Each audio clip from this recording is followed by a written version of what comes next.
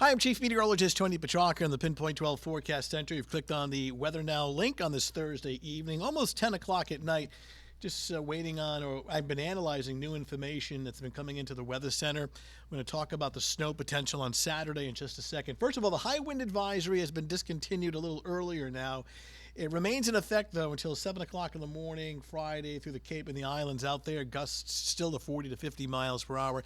Now, it'll stay windy all night long and even into tomorrow. It's just that the magnitude of the wind gusts, which at one point we had gusts up to 50 miles per hour, at least locally, starting to ease, but still a bit robust out across the Cape and the islands for a while longer. So still windy tonight, tracking much colder weather that's on the way for later tonight, especially Friday night through Saturday morning. Another reinforcing shot of cold air for next week as well.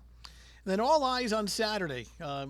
Fast-moving storm system. We're not expecting excessive amounts of snow, but some accumulation still. It's mainly snow, even though later in the evening and later at night, Saturday night, we'll start to see a mix to sleet and some rain. Accumulations likely. And we'll talk about those accumulations in more detail. Now, here's the timeline. Let's jump ahead to Saturday. Saturday morning's fine. A little sunshine fading through increasing clouds. Very cold Saturday morning, but dry. Even into the early afternoon, as late as, say, 2, 3 o'clock Saturday afternoon, still dry. So still feel as though the start time of the snow is between roughly 4 and 6 o'clock in the evening on Saturday. Mostly snow. I would say 2/3 of the storm system is snow. The other third is rain and sleet, especially as you get closer to the coastline. It's a fast mover, so later Saturday night around midnight, thereafter coming to an end. Amounts will range anywhere from 1 to 4 inches, with the 1 inch amounts being more towards the coast. I think anything in the 3 to 4 inch range would be reserved for areas north and west of Providence. And I will show you the more detailed forecast map in just a second, but that's the general range that we're take a look at it now. Why not? All right, so here's the deal. I think statewide it's mainly a 1 to 3 inch snowfall. That includes Providence, Metro, Warwick, Cranston. I think the 1 inch amounts are going to be found along the coastline. I think anything in the 3 to 5 inch range for now is going to be reserved for northeast Connecticut, the far northwest corner of the state, especially areas, say, north and west of Route 295 and certainly up towards the Mass Pike. So that's the early call. I mean, we have all of tomorrow day and tomorrow night to look at new data to see if these numbers have to be tweaked up or down, but that's the call right now. Meanwhile, we've had a couple of flurries come through every now and then this evening. Nothing significant. It remains blustery and cold.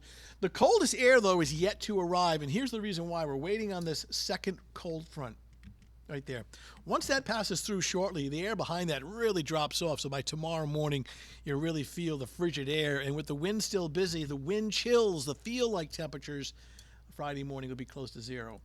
All right, the system for Saturday, we're tracking two pieces to the puzzle. Let me get rid of my mug here and show you what I'm watching. System coming on shore across the Pacific Northwest, moisture across the Deep South. Both kind of merge, work in tandem to develop a system that approaches here Saturday evening, Saturday night. Let me show you how this all plays out now until Saturday.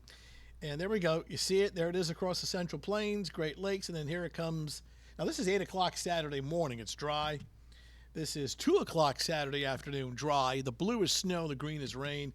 And you see that precipitation working in. And then later Saturday evening, Saturday night, that green represents a change to some rain or sleet. And then the whole system is pulling away. So by Sunday, we're actually dry or easy.